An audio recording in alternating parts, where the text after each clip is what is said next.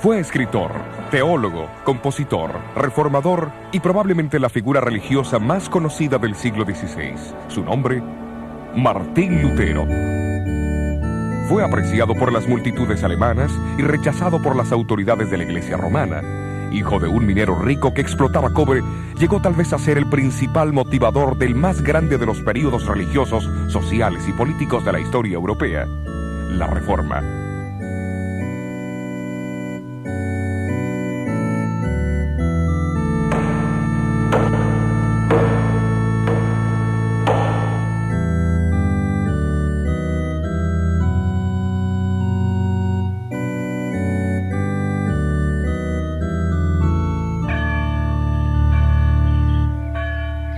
Los europeos que vivieron en el comienzo del siglo XVI probablemente tuvieron poca noción de los cambios que irían a arrasar con los conceptos de la vida medieval.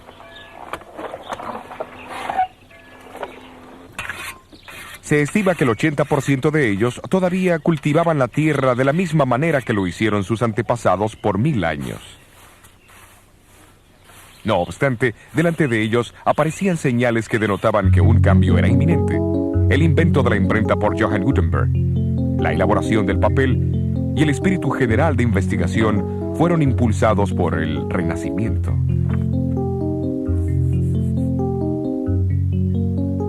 Hasta el año 1450, Europa poseía menos de 100.000 libros. Para el año 1500, el número aumentó dramáticamente a 9 millones de ejemplares.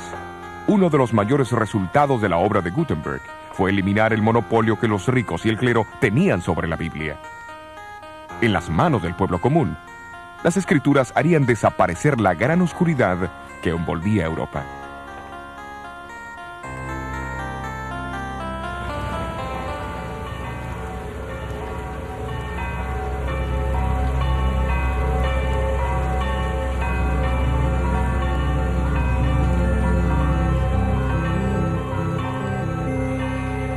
Elevándose por encima de reyes y súbditos, se encontraba la iglesia medieval. La misma era el centro de influencia en cada aldea, ciudad y corte en el cristianismo. Sin embargo, a pesar de todo el dominio que ejercían los individuos, había algo impropio en ese sistema político-religioso.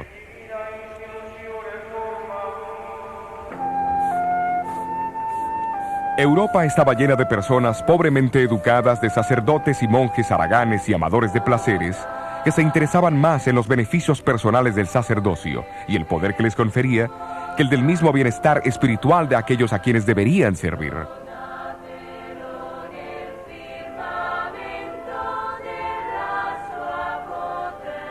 Los obispos y abades competían con los reyes en la suntuosidad de sus residencias. Los obispados, o sea la región que el obispo controlaba, eran vendidos al mejor postor. De hecho, la vida de muchos clérigos había llegado a ser una afrenta para la religión. Se le enseñaba a la gente que si se confesaban regularmente ante un sacerdote, pagaban sus diezmos y ofrendas, asistían a la misa, participaban de un peregrinaje hacia el santuario del santo más celebrado o realizaban algún acto de mortificación corporal. La salvación estaba asegurada. Ya en el siglo XVI, la Iglesia se había desviado de la simplicidad, de la pobreza y del poder espiritual de sus raíces. ¿Cómo ocurrió semejante cambio? Los primeros cristianos compartieron las buenas nuevas de la vida, la muerte, la resurrección y la ascensión de Jesucristo por todo el Imperio Romano. Enfatizaron que la salvación se encontraba solo en Cristo y que era un regalo recibido por la gracia de Dios y la fe en Él.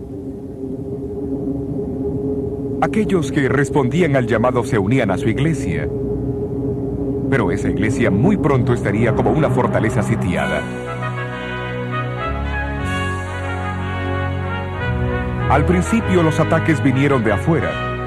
Emperadores como Nerón, Trajano y Diocleciano asesinaron a miles de cristianos por su fe. Aquí en el Coliseo, por ejemplo, los cristianos eran arrojados a las fieras para ser despedazados mientras se escuchaba el frenético aplauso de la muchedumbre.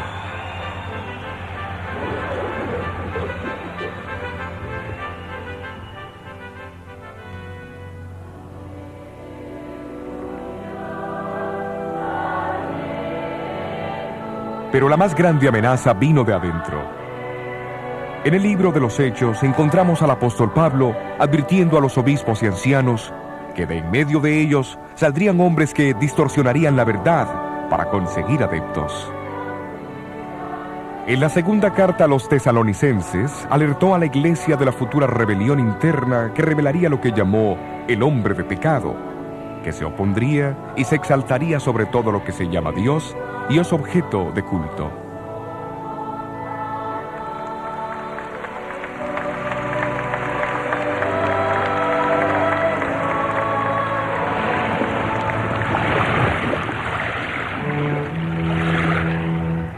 Las advertencias de Pablo se basaban en una profecía del Antiguo Testamento. Siglos antes, el profeta Daniel, en el capítulo 7 de su libro, describió la ascensión de 4 imperios mundiales, simbolizados por 4 bestias que salían del mar. Un león, un oso, un leopardo de 4 cabezas y una cuarta bestia terrible con 10 cuernos. Describió también cómo el cuarto imperio sería el más fuerte de todos, pero que se dividiría en 10 reinos menores. Y de estos 10 reinos menores, representados por los 10 cuernos en la cabeza de la cuarta bestia, saldría otro cuerno o reino que sería más imponente que los otros. Él mismo haría guerra contra el pueblo de Dios, y hablaría blasfemias contra el Altísimo, y pensaría también en cambiar los tiempos y la ley perfecta de Dios.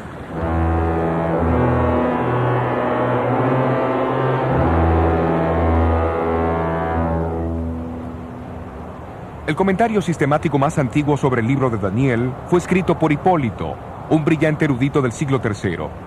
Él fue uno de los que identificaron a Roma como el cuarto gran imperio de la profecía de Daniel. Hipólito predijo que la caída de Roma sería el próximo gran evento mundial, seguido por la aparición del Anticristo. Desde el segundo siglo encontramos a los cristianos orando por la continuidad del Imperio Romano para que se postergase la aparición del temible Anticristo. De acuerdo a la predicción, este poder surgió de en medio del Imperio Romano. Entre todos los obispos nombrados como líderes de la Iglesia en diferentes regiones, el obispo de Roma gradualmente asumió el papel principal. El pastor de Roma, la reina de las ciudades, llegó a ser el rey de los obispos.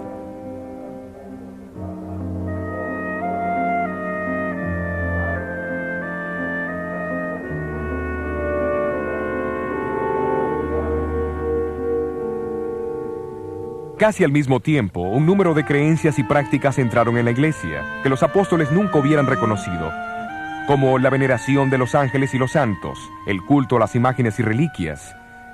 La observancia del domingo poco a poco reemplazó la del sábado. Apareció la doctrina del purgatorio y las oraciones empezaron a dirigirse a María y a los santos.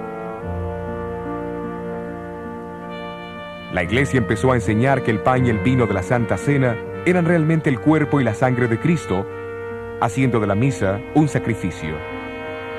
La confesión de los pecados al sacerdote tomó lugar de la oración simple y directa del creyente a Dios para obtener perdón. Y la iglesia solamente otorgaba perdón a aquellos que trataban de expiar sus pecados por medio de penitencias.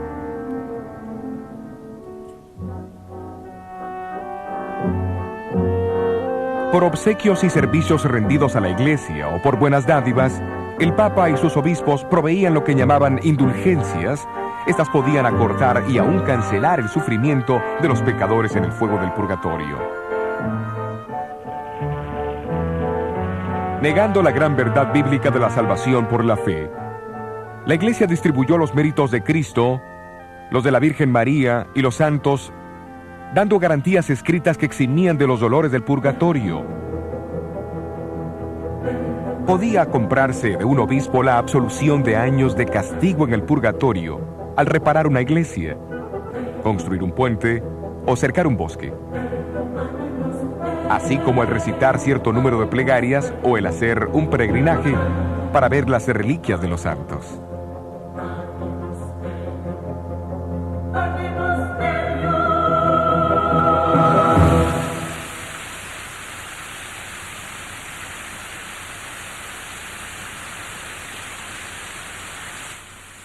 Poco después de la elección del Papa León X, Miguel Ángel presentó al pontífice el diseño terminado de la Basílica de San Pedro en Roma. Y la venta de indulgencias llegó a ser una atracción para recaudar las enormes sumas necesarias para esa aventura. En Alemania, el Papa recomendó las ventas al persuasivo monje dominico Juan Tetzel.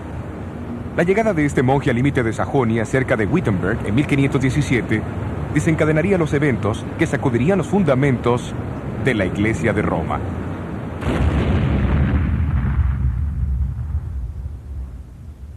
La Iglesia del siglo XVI se había apartado de la verdadera fe y necesitaba desesperadamente una reforma. Pero esto requería un individuo de valor para enfrentarse a la organización eclesiástica más poderosa que en el mundo haya conocido. Martín Lutero era el hombre que se necesitaba.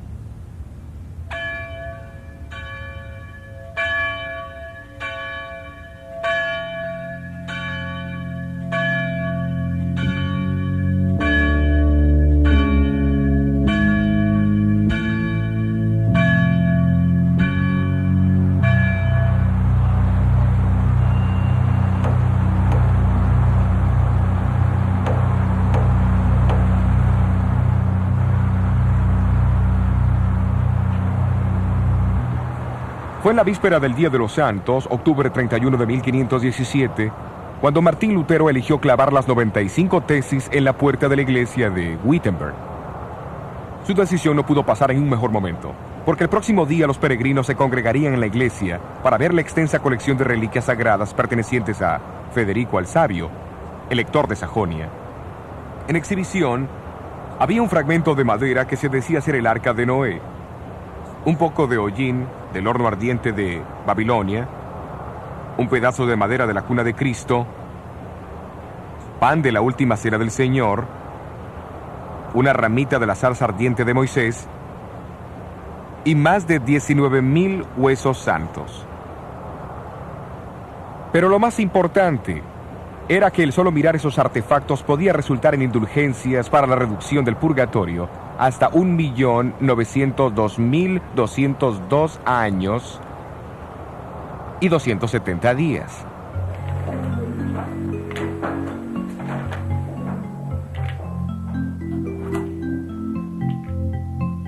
Aunque la intención de Lutero solo había sido usar su tesis para debate académico, él no pensó en la invención de la imprenta de Gutenberg. Al cabo de 2 semanas, su tesis en contra de las indulgencias y la proclamación del poder papal se leyeron por toda Alemania. En pocos meses, todos los cristianos conocían sus escritos.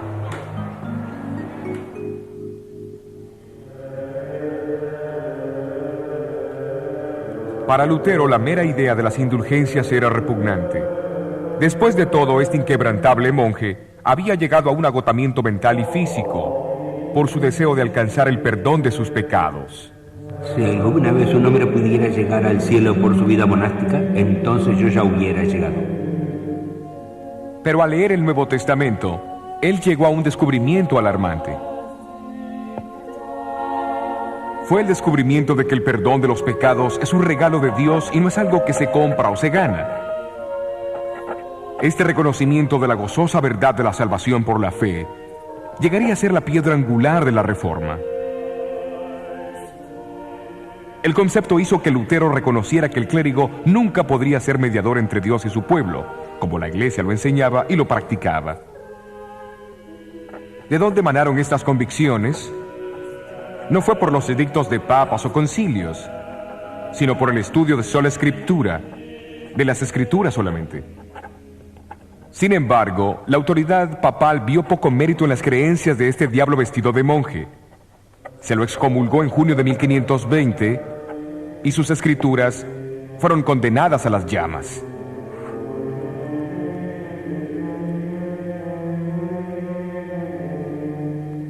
Fue en ese tiempo que Lutero enfocó su estudio de las escrituras en las profecías de Jesús, Daniel, Pablo y Juan, en relación con el surgimiento del anticristo. Los capítulos 7 y 8 de Daniel y la descripción de Pablo acerca del hombre de pecado en 2 Tesalonicenses 2 recibieron especial atención. En el año 1521, Lutero produjo su primera obra relacionada con las profecías. Los fundamentos de la Reforma tenían que estar firmemente anclados en la verdad profética. Al identificar al Papa como el Anticristo en 1521, Lutero unió su voz a la de muchos ilustres eruditos de la Biblia que le habían precedido. Hombres como el predicador bohemio Juan Milix, quien 150 años antes había clavado una plaqueta en la antigua catedral de San Pedro, declarando que el Anticristo ya había tomado su lugar en la iglesia. Muy pocas cosas en este mundo son más poderosas que la verdad profética cuando el tiempo de su cumplimiento llega. Lutero, fortalecido por las profecías de Daniel, estaba ahora preparado para su hora más brillante. A fines de marzo de 1521, él recibió una citación del nuevo emperador del Sacro Imperio Romano, Carlos V, para comparecer delante de él en la dieta o parlamento que se convocaría en la ciudad alemana de Worms.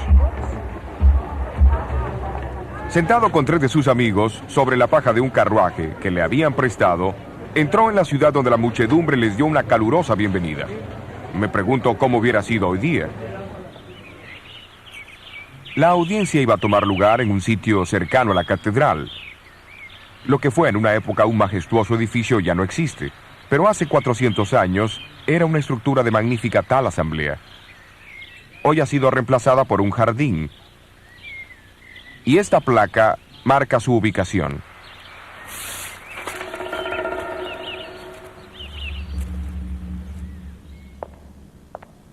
Nunca antes, en ninguna época, había comparecido un humilde monje ante tantos reyes, príncipes, nobles, diputados, embajadores, varones, señores de la realeza, obispos y prelados de la iglesia.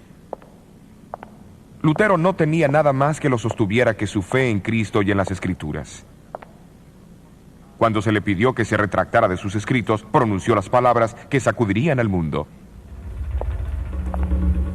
Menos que esté convencido por la razón y las Escrituras, yo no acepto las autoridades de papas y concilios, porque ellos se contradicen. Mi conciencia está cautivada por la palabra de Dios. Yo no puedo, ni quiero retratarme en nada, porque ir en contra de la conciencia no es correcto, ni prudente. Esta es mi posición. No puedo cambiar. Dios, ayúdame. Amén. Un monje solitario en contra de la antigua y casi universal opinión de la raza humana. Pero esa conciencia, cautivada por la palabra de Dios, yace en el corazón de la reforma de la Iglesia. Es notable que en la dieta de Worms, Lutero no fue acusado de enseñar una nueva herejía, sino de apoyar las opiniones de otros que vinieron antes que él. Entre ellos estaba el estudiante inglés Juan Wycliffe, que fue llamado la estrella matutina de la Reforma.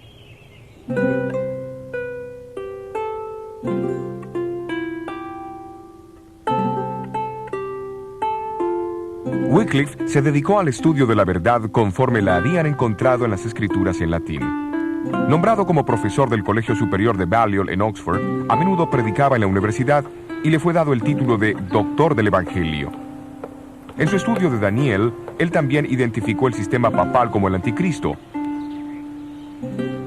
Pero sus comentarios anticlericales hicieron que fuese despedido de Oxford.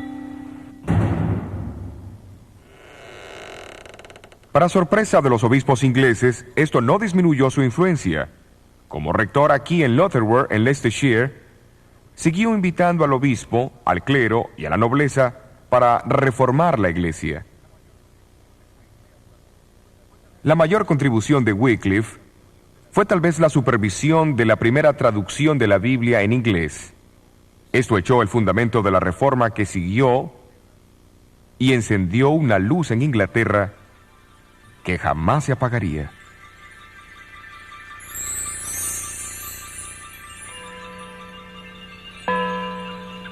Wycliffe falleció en diciembre de 1384. después de haber sufrido un derrame cerebral mientras daba la Santa Cena aquí en su iglesia. Sus huesos fueron exhumados e incinerados unos 40 años más tarde por orden del Concilio de Constanza. Sus cenizas se arrojaron a un arroyo cercano llamado Swift, que desemboca en el río Avon.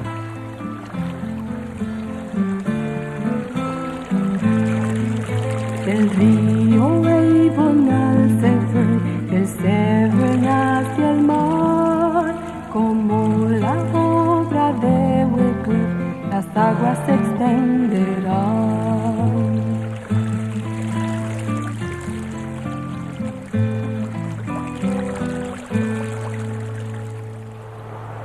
Uno de los hombres en quien influyó la enseñanza de Wycliffe fue el reformador checo Juan Hus.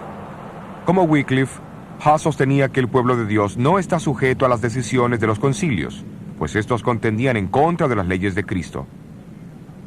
Para Hus, la Biblia era la autoridad suprema. En 1412 fue colocado bajo la interdicción real. Hus declaró que le ocurría eso por predicar a Cristo y su evangelio y denunciar al anticristo. Cuando Hus fue llamado a responder por los cargos de la herejía, el emperador Sigismundo le prometió un salvoconducto hasta Constanza, pero al llegar ahí, fue arrojado al calabozo.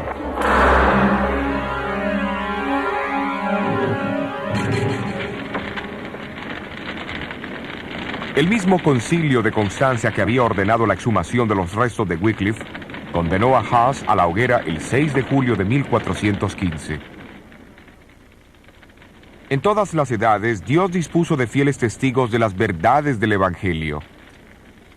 Aunque ellos no siempre percibían esas verdades claramente o sin errores, amaban a Dios y a su palabra, y habían seguido la verdad como ellos la entendían. El profeta Daniel usó imágenes literarias de una bestia y de cuernos para profetizar el surgimiento y la obra del gran sistema religioso apóstata que perseguiría a la minoría de los fieles de Dios. Y en el capítulo 12 de Apocalipsis, el apóstol Juan también usó símbolos para describir la experiencia del pueblo de Dios en las manos de este poder. Él habla de un terrible conflicto entre un gran dragón rojo y una hermosa mujer y su descendencia. El dragón es identificado como aquella antigua serpiente llamado Diablo y Satanás, que engañó al mundo entero. La hermosa mujer representa la fiel iglesia de Dios. El comienzo de este conflicto se describe en Génesis capítulo 3. Dios dijo a la serpiente que él pondría enemistad entre ella y la mujer, y entre su simiente y la de ella. Ahora en Apocalipsis 12, Juan ve la continuación de esta guerra de odio entre la serpiente, el dragón y la mujer. Él describe a la mujer como vestida del sol, la luna debajo de sus pies y sobre su cabeza una corona de 12 estrellas. Se la retrata como esperando ansiosamente el nacimiento de Jesús. El dragón también espera este nacimiento. Cuando se frustran sus intentos en contra del niño varón, él se vuelve contra la mujer o la iglesia. Sus ataques son similares a los que lanzó contra Jesús. Primero con persecución y muerte, y luego a través del sistema religioso apóstata que enterró la verdad de Dios bajo tradiciones. Pero el revelador no nos deja lamentar los sufrimientos de los descendientes de la mujer. Él explica cómo Dios preservaría a su iglesia en áreas poco habitadas, simbolizadas por el desierto. Ambos, Daniel y Juan, previnieron la persecución del pueblo de Dios por el mismo periodo de tiempo. En el caso de Daniel, un tiempo, tiempos y mitad de un tiempo, o 1260 días. Asimismo, en Apocalipsis 12 y versículo 6 leemos: la mujer huyó al desierto donde tiene lugar aparejado por Dios, para que allí la mantengan por 1260 días. ¿Pero será que los escritores se referían a días literales? Por más de 2000 años, los estudiosos de la Biblia han identificado el principio de día por año. Mucho antes del nacimiento de Cristo, los judíos que tradujeron el Viejo Testamento al griego fueron los primeros en atribuir este principio al libro de Daniel. Desde el siglo XII, escritores cristianos también han identificado los 1260 días como 1260 años. Durante ese tiempo, la iglesia huiría del dragón, pero Dios prepararía un lugar seguro para su pueblo.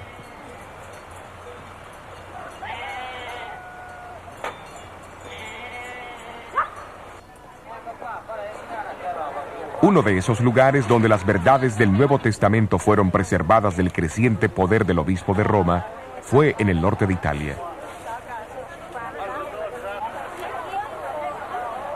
Al final del siglo IV, el obispo de Milán, Ambrosio, proclamó una teología evangélica que es difícil de separar de aquella redescubierta por la fe protestante 1000 años más tarde.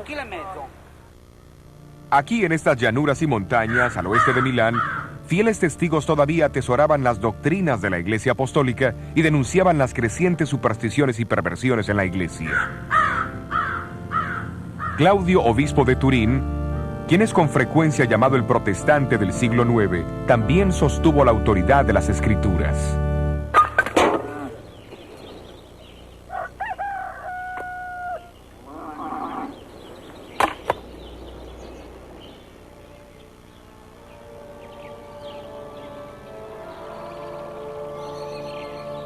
Estos cercanos valles y montañas llegaron a ser lugar de refugio para tal vez los más antiguos de los testigos que representaban la Iglesia en el desierto, los valdenses.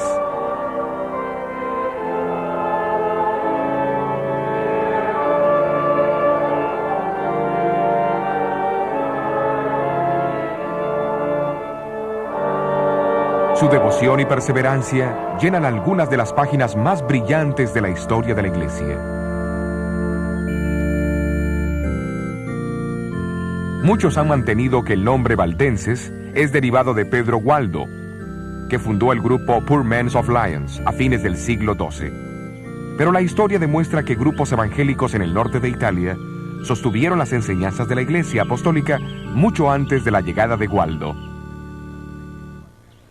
Fuera de la sede central de la iglesia valdense en Torre Pellice, se encuentra esta estatua de Henry Arnault, el famoso líder de los valdenses del siglo XVII, o los Vaudois, como se los llamaban. Él una vez dijo de su pueblo: en realidad los Vaudios son descendientes de aquellos refugiados de Italia, quienes después de San Pablo predicaron el Evangelio ahí. Después huyeron de su hermoso país como la mujer del Apocalipsis, a estas montañas agrestres, donde hasta este día han pasado el Evangelio de padre a hijo en la misma pureza como lo fuera predicado a Pablo.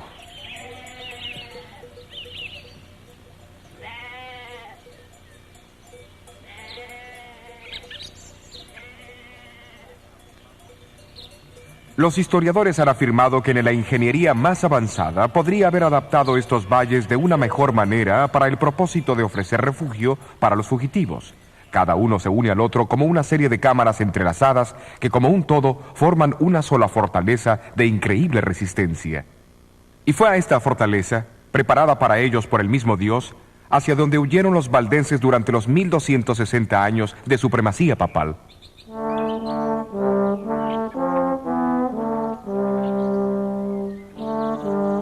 En el corazón de estas montañas está situada la región más importante de todos sus valles, el Prat del Torno.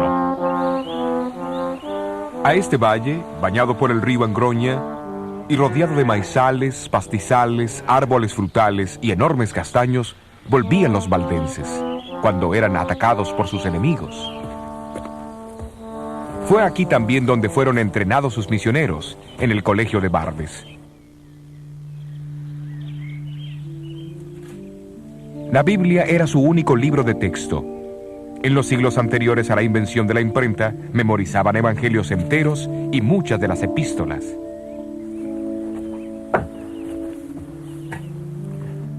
Aquí, sobre esta antigua mesa de piedra, los estudiantes de Barbes tomaban turnos para transcribir las escrituras al vernáculo romántico, puesto que los valdenses fueron uno de los primeros pueblos de Europa que obtuvieron la traducción de las escrituras.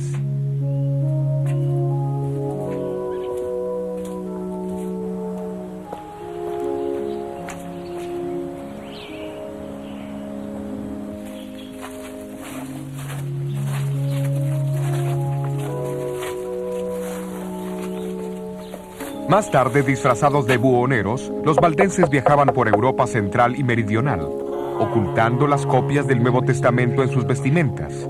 Les era posible dejar más que simples conveniencias materiales a sus clientes. Mientras los valdenses crecían en el número y en la influencia, la Iglesia de Roma comenzó a inquietarse enormemente. La misma reconoció que si se permitía que este movimiento se expandiera, lograría superar todo lo que a Roma le había llevado siglos para alcanzar. A comienzos del siglo XIV comenzó la terrible furia de los inquisidores papales. Los sencillos y pacíficos valdenses llegaron a formar parte de la Iglesia del Desierto, como Juan el Revelador había predicho. Pero así como en Apocalipsis 12 dice que la tierra ayudó a la mujer y la tierra abrió su boca y tragó el río que había echado el dragón de su boca, así las montañas dieron protección a los valdenses durante las cruzadas organizadas.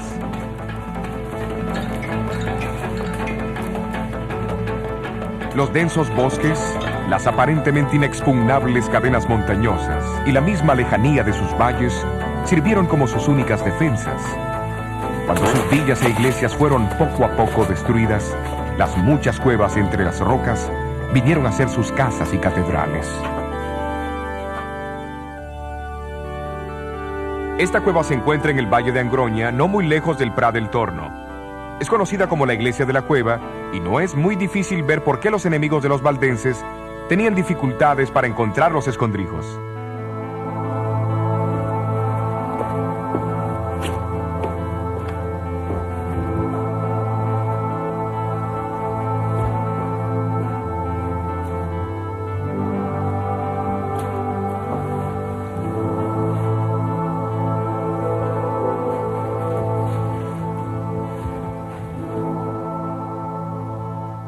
Sin duda fue un tiempo espantoso, pero también de conmovedora confraternidad, mientras los vecinos se reunían de aquí y de allá para encontrar consuelo y seguridad en las entrañas de la tierra.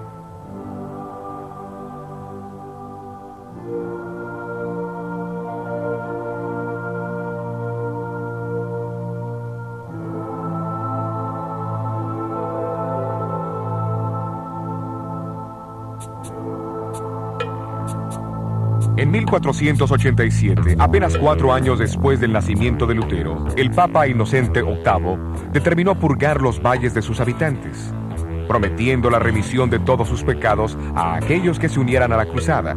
Procedió a formar un gran ejército bajo la dirección de Alberto Cataneo. Cataneo acampó su ejército al pie del enorme Castelluso, cerca de la capital del valle Torre Pellice. Con la esperanza de impedir el desastre, los valdenses mandaron a 2 de sus hombres para encontrarse con él. Si los valdenses habían esperado intimidar a Cataneo con una confrontación directa, la misma fue una subestimación del hombre. Dividiendo sus fuerzas en 2 frentes, Cataneo dirigió una compañía hacia el valle Pellice, atacando los pueblos de Vilaro y Bobbio y forzando a sus habitantes a huir a las montañas. La otra compañía siguió hacia el Valle Angroña a mano derecha del Prat del Torno, donde esperaba unirse con la primera compañía. En aquel entonces, el camino hacia el Prat estaba casi bloqueado por la barricada. Esto era una muralla empinada que cruzaba el valle, y su única entrada era un desfiladero tan angosto que apenas 2 hombres podían cruzarlo lado a lado. Hoy es lo suficientemente ancho como para que pase el tráfico automotor. Aquí en Prat del Torno, los valdenses se reunieron para una resistencia final. Pero antes que lo hicieran, se entregaron a Dios en oración.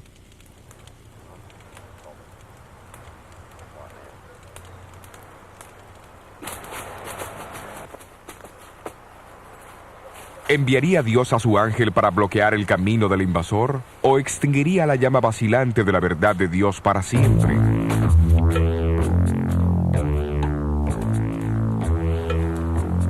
Mientras el ejército de Cataneo se preparaba para cruzar el angosto desfiladero, los valdenses notaron una pequeña nube formándose cerca de las cumbres de las montañas. La nube se expandió y se oscureció rápidamente hasta que finalmente cubrió el valle. La densa niebla causó una confusión inmediata.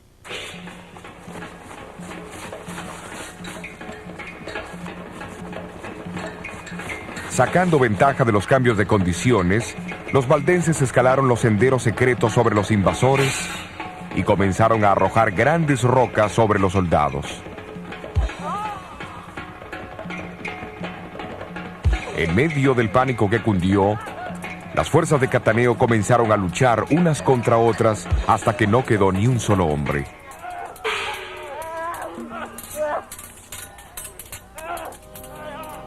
En 1530, las noticias de la reforma que se extendían por Alemania, Suiza y Francia llegaron a la gente de los valles valdenses. Esas noticias llegaron cuando su estado de ánimo y su número eran bajos, pero al oír acerca de este nuevo ejército de campeones, revivió en ellos el recuerdo de las glorias pasadas. Los reformadores suizos también se regocijaron al descubrir una iglesia bíblicamente firme, con una historia tan prolongada. Se decidió convocar un sínodo general para establecer la relación entre la Iglesia de los Alpes y la Reforma. En 1532, el histórico sínodo se reunió en Champforán, en este campo abierto, no muy lejos del Prat del Torno. Aunque no todos estaban de acuerdo en algunos puntos de la doctrina, la preeminencia de la Biblia fue reafirmada.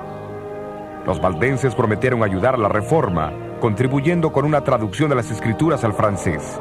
La tarea cayó sobre Oliveton, un pariente de Juan Calvino. Era un obsequio apropiado de parte de una iglesia que debía su propia existencia a través de los siglos a la estricta adherencia a los principios básicos de este libro.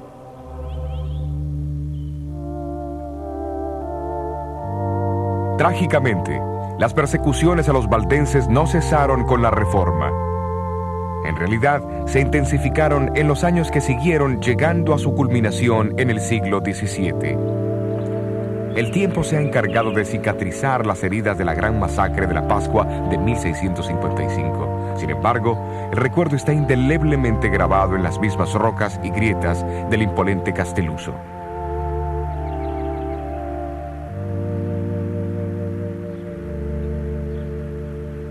Esta placa indica el sitio de la cueva al pie del Castelluso, que tantas veces protegió al pueblo valdense durante las persecuciones. Y a fines de abril de 1655, el pueblo de los valles huyó a su refugio una vez más. Pero esta vez fueron descubiertos. Uno por uno, hombres, mujeres y niños fueron arrastrados de sus profundidades y arrojados al terrible precipicio.